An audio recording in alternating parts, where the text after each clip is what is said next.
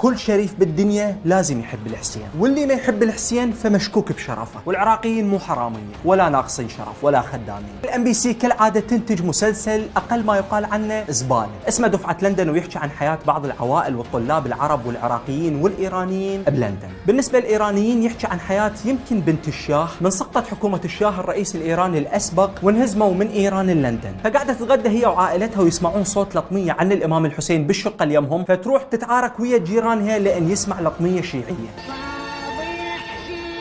It's really near.